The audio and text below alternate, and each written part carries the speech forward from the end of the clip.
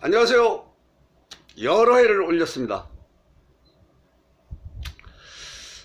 제가 주차장에 있으면서 이제 TV를 보는데 바둑 TV를 자주 봐요. 근데 바둑 이렇게 해설자들이 하는 말이 패는 요술쟁이다. 그러더니 저는 바둑을 잘 못 둡니다. 급수도 없어요. 그냥 해설자들이 하는 말이 재밌어서 보고 있기는 한데, 그 패라고 하는 것이 바둑 전체를 뒤집어 놓거나 더 유리한 방법으로 가게 하거나 그런 아주 핵심적 요소를 하더라고요. 그래, 내가 뜬금없이 웬 초두에 이 바둑 얘기냐,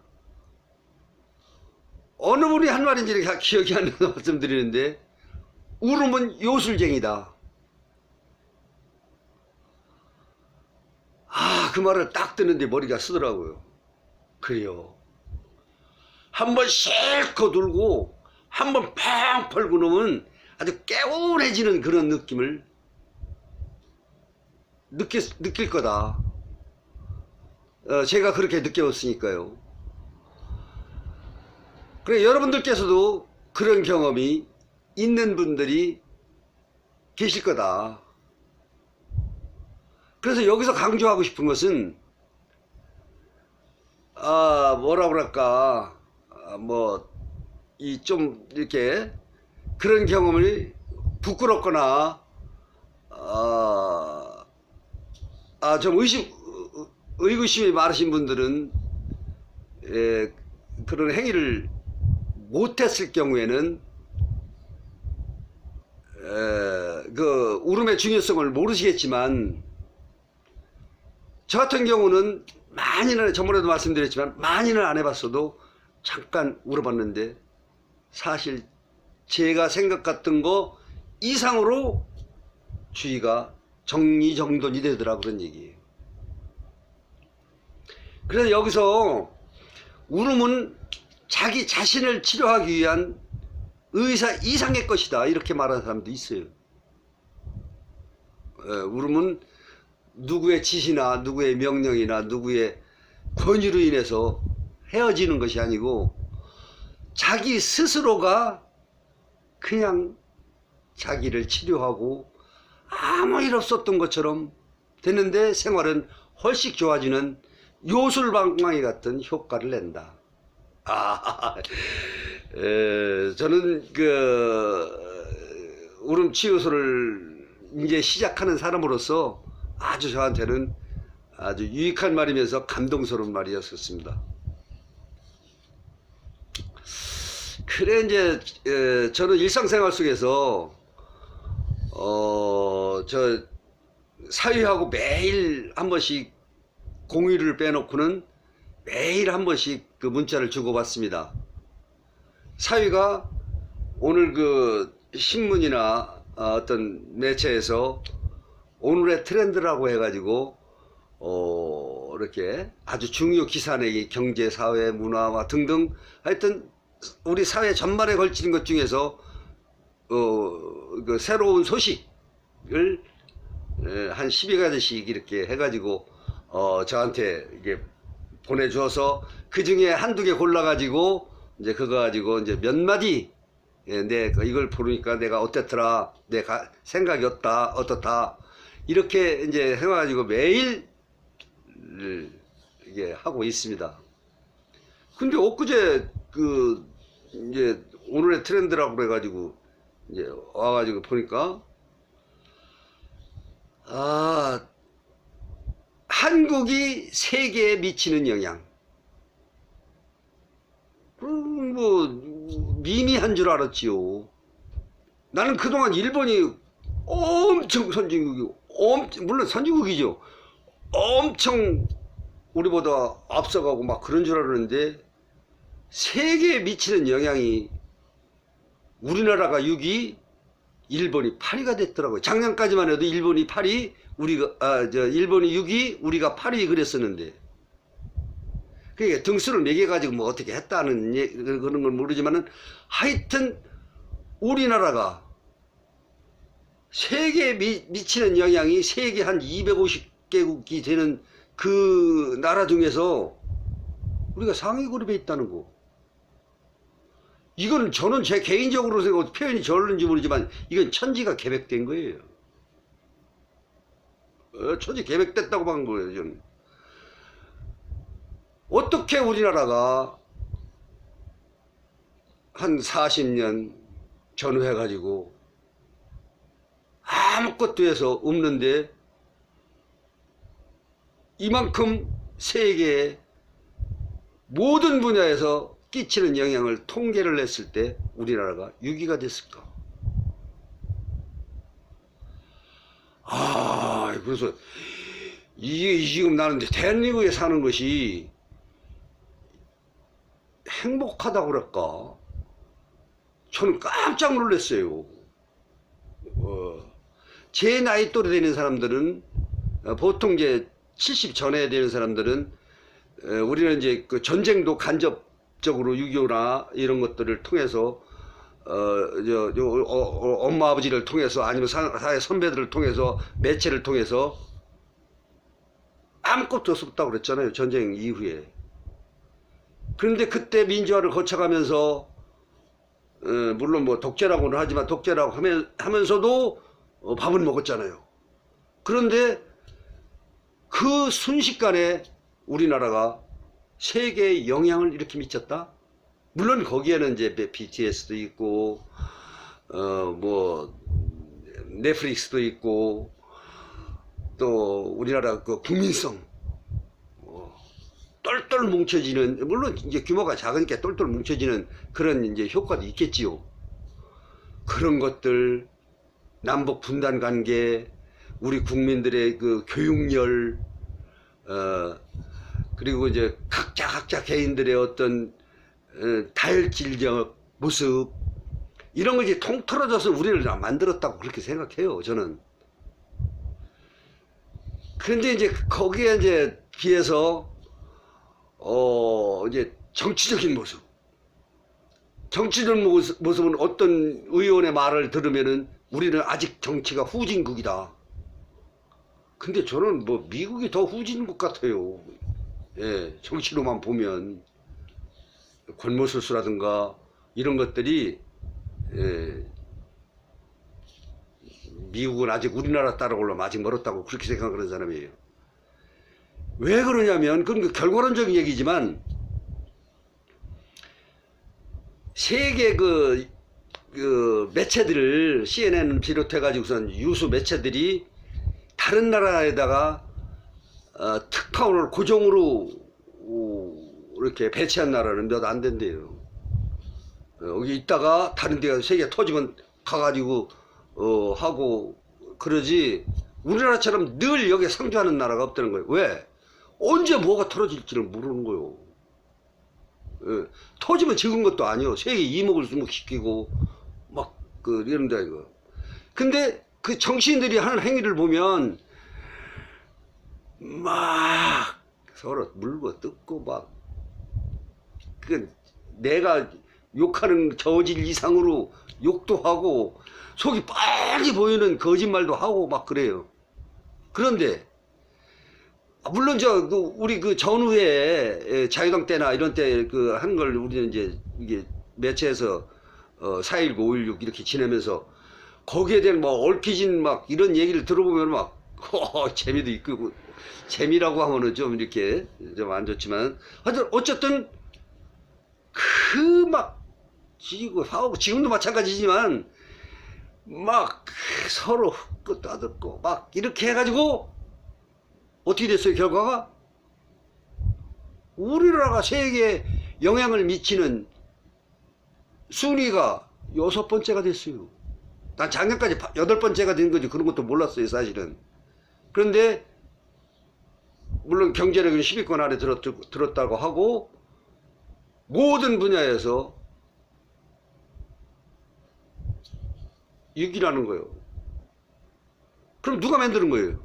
물론 우리가 이제 국민들이 열심히 일해가지고 나라가 정치인들이 이제 하라는 대로 해가지고선 경제를 이런 거는 그건 밑바탕에 베이스에 깔려 있는 거고, 그것을 리더해 나간 사람들이 뭐 국회만 꼭 집어서 하는 얘기가 아니고, 그들이 막 싸워가지고 이렇게 만들어 놓은 게 아닌가. 그래서 저는 그 정치에 대해서는 잘 모릅니다. 잘 모를 정도가 아니고 무례한이에요. 그런데 제가 여기서 하는 것이 뭐 이건 제 자랑은 아니어도 무식한 것을 드러내는 거죠. 저는 대통령 선거할 때 100점 받았습니다. 한 번도 틀려본 적이 없어요. 내가 찍은 사람 다 됐어요. 그럼 너 똑똑한 거 아니냐, 정치에 대해서 상당히 해박한 지식을 갖고 있는 게 아니냐 라고 반문을 할지도 모르지만 사실 아닙니다. 모르니까. 나같이 모르는 사람이 여당이 좋네, 야당이 좋네, 이런 정책이 옳으네 그르네를 평가할 능력이 없어요. 그래서 내가 왜 100점 맞았냐, 요번에 가만히 보니까 누가 될 것 같아, 야당이냐 정치냐, 저 사람이 과거에 어떻게 했냐, 그런 거 몰라요. 안다고 해도 그걸 평가할 능력이 없다니까. 그래서 저는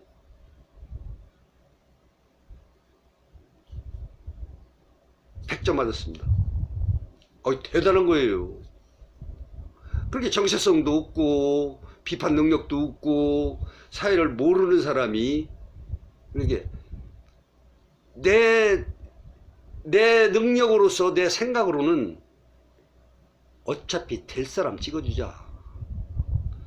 될 사람 물론 나보다는 낫지, 뭐 그런 상황보다도 나올 만하니까 나왔겠지. 이렇게 될 사람에게 힘을 밀어줘서, 내 한 표라도 밀어줘서 그러니까 잘 되기를 바라는 마음에 저는 100점 맞은 겁니다. 찍어서. 이렇게. 그럼 네 생각은 뭐냐. 사실 투표를 안 하기도 하기도 하고 그래요. 사실은 제가 하기는 쉽진 않아요. 그런데 그냥 남들이 하니까 나도 쫓아가서 했는데 저는 그런 수준입니다. 근데 내가 오늘이라고도 며칠 전에서부터 이렇게 느낀 건데, 이야, 엄청난 거예요. 이거는 세계에 있을 수가 없는 일이 지금 벌어지고 있는 거예요. 우리나라에. 우리나라에 지금 이거는 지구가 생긴 이래 이게 처음 있는 일이에요. 앞으로도 있을 수가 없는 일이고, 어떻게 30-40년 만에 세계 영향력 미치를 6위가 되는 나라가 되냐고요. 10등 안에 드는 나라는 세계를 리더해 가는 그런 사람들이, 그런 나라라고 저는 그렇게 생각해요. 생각해 보세요. 이게 참 내가 누구를 가르친다는 건 그런 느낌이 들어서 자꾸 이게 말을 축소하게 되는데, 그냥 내 생각을 얘기하는 거예요. 조금 건방지더라도 이해하세요.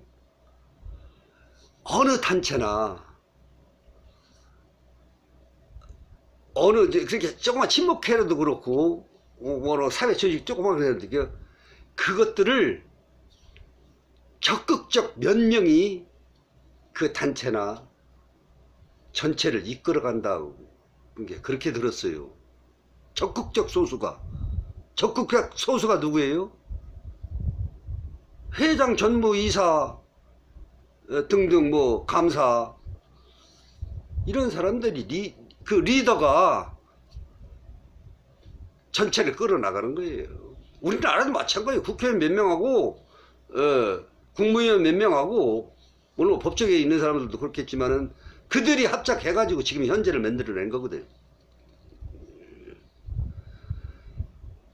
그렇다라고 하면 우리 우리 그 상위 그룹에 있는 그분들이 베이스에 깔려 있는 것은 우리나라를 꼭 살려야겠다 라고 하는 그런 패러다임이 그 안에 깔려 있지 않았었나. 그러기 때문에 지금 결과가 이렇게 됐지, 그렇지 않고 이건 망쳐야 돼, 뭐 이건 아니 이렇게 꼬집을 수가 있었다라고 하면 나라가 이게 결과적으로 이게 아무리 조금 나라라고 하지만 이건 진짜로 이 우리나라는 엄청난 나라예요. 아, 멋있어요. 아, 사랑을 맛이 난다니까요. 나만 그렇게 아둔하게 느끼는 건지는 모르지만은, 전번에 얘기했듯이 잘 되어지는데, 여당이 잘 되어가는데, 야당이 잘 되어가는데, 그 중에서 아니다, 이거는 아니다라고 딱 꼬집어서 끌어낼 수 있는 사람이, 그 사람이 어떤 사회적 변혁을 일으키고 잘 되어져 가지만은 이렇게 가다가는 어떤 문제가 있을 것이라고 틀림없이 온다라고 예견을 하고 그것을 꼬집어서 자신 있게 얘기할 수 있는 사람이, 그 사람이 우리나라를 이렇게 만들었지 않았나. 부끄럽게도 우리나라 그 역대 대통령들이 다는 아니지만은 이렇게 우리가 감옥 생활을 하고 그런 거 봤지 않습니까? 그럴 때마다 저는 뭐 애국심이 아니고 한 개인으로서 보면은 안타까웠어요. 하여튼 그런 문제는 제가 관여할 문제가 아니라고 생각하고, 하여튼 저는 내가 어떤 모습을 보여서 그런 게 아니고 그들이 지금 현재 존재하고 있는 분들이 잘 하고 있으니 나는 덤으로 잘 사는 게 아닌가. 감히 이렇게 생각해 봤습니다. 하여튼 그건 그렇고, 저는 지금 이 울음치유소가 잘 되기를, 일반화되어서 뭐 이것이 뭐 어떤 센세이션을 일으켜 가지고 그렇게 되기를 바라고는 있어요, 사실은. 그런데 그냥 우리들 생활 속에서 울음치유소가 있었나 없었나 할 존재처럼 느껴져서 그냥 우리 생활 속을 파고들어 그냥 존재하기를 바랍니다. 예. 그래서 누구나 와서 팡팡 울고 실컷 울고 안에 있는 것을 팍 끌어내어 가지고 깔끔하게 정리정돈을 할 수 있는 그런 날이 오기를 기대하면서, 오세요! 두 팔 벌려 기다리고 있습니다. 감사합니다.